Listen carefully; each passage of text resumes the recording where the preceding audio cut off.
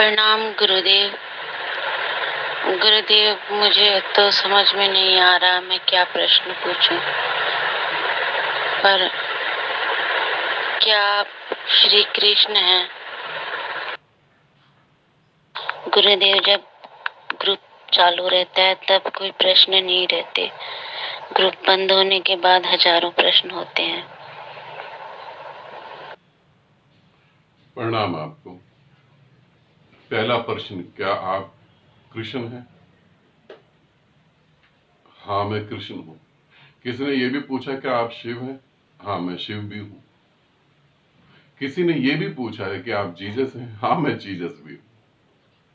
अब समझें, किसी को शिव दिखाई दे रहे हैं, किसी को जीसस दिखाई दे रहे हैं, किसी को कृष्ण दिखाई दे रहे हैं, किसी को वो प्रकाश दिखाई दे रहा है, किसी को निराकार दिखाई दे रहा है। इन सभी बातों को समझने की कोशिश करेंगे। कई प्रश्न ऐसे अलग अलग पूछे गए हैं, तो मैं उनका एक ही उत्तर दे रहा हूं।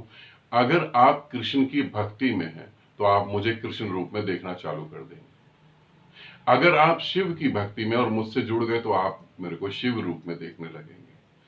अगर आप शिव को पूजते हैं और आपको रुद्राक्ष दिखते हैं, डमरू दिखता है, नाद सुनाई देता है, तो आप मुझे शिव रूप में देखेंगे।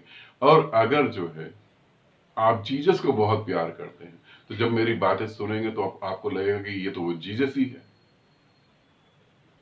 और अगर आप किसी ग्रंथ के ऊपर निर्भर हैं और मेरी बातों को सुनते और मुझसे मिलते, तब आप कहेंगे वो ग्रंथ में तो जो कुछ लिखा वो आप ही बोल रहे हैं। तो क्या उस ग्रंथ आपसे ही निर्मित हुआ है? ये कैसे हो सकता है? एक ही व्यक्ति सब में कैसे हो सकता है?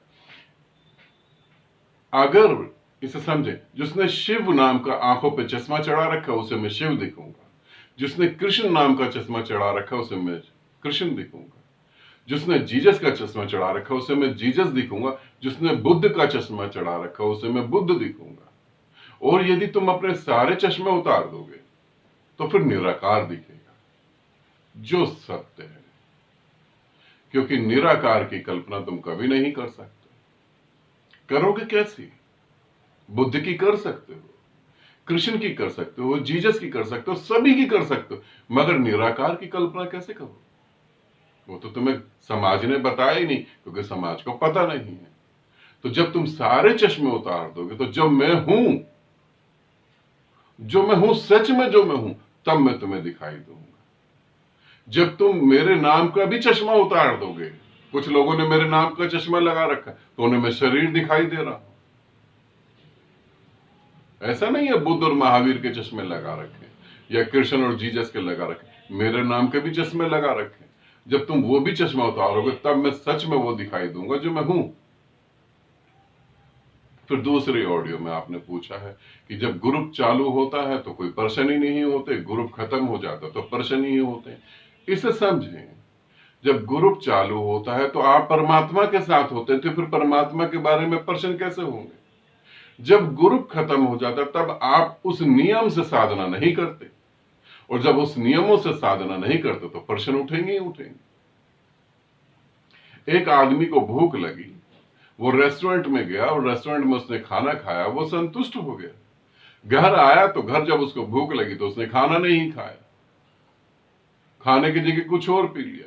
कभी खाना इतने बजे, कभी खाना उतने बजे, कभी ये कभी वो, तो वो संतुष्ट कैसे होगा? ग्रुप में जो नियम है उन नियमों को तुम फॉलो करोगे तो तुम संतुष्टि रहोगे, फिर प्रश्न उठेगा ही नहीं। ग्रुप में कुछ अलग से थोड़ी ना हो रहा है, उन नियमों का तुम पालन करोगे तो तुम ठीक हो जाओगे, तुम्हारे कहीं प्रश्न नहीं उठेंगे। मैं तो जब साधक मुझसे पूछते हैं कि हम प्रश्न कैसे पूछें, तब मैं उन्हें यही कहता हूं कि साधना ठीक ठीक होगी तो प्रश्न नहीं होते, मगर तुम कुछ कुछ साधना भी, कुछ कुछ वासना भी, कुछ कुछ अहंकार भी और कुछ कुछ समाज भी, सबको लेके चलोगे तो खिचड़ी बन जाएगी, उसमें प्रश्न ही प्रश्न है फिर तो। और तुम्हारी दुविधा सबसे बड़ी यही है, दोनों हाथों में मिट्टी है, मिट्टी छोड़नी नहीं, हीरे ज्वारात तुम्हें हाथों में लेने। समाज के बनाए नियम, समाज के बनाई हुई हर बात वो तुम्हें छोड़नी नहीं, और परमात्मा तुम पे उतर पड़े, ये कभी नहीं होगा। जैसे ग्रुप में साधना करते हो ऐसे अकेले घर में साधना करो, तो प्रश्न उठेंगे ही नहीं, कभी भी नहीं उठेंगे। ठीक है, आनंदित रहो, सदा खुश रहो। बहुत बहुत प्रेम आप सभी को।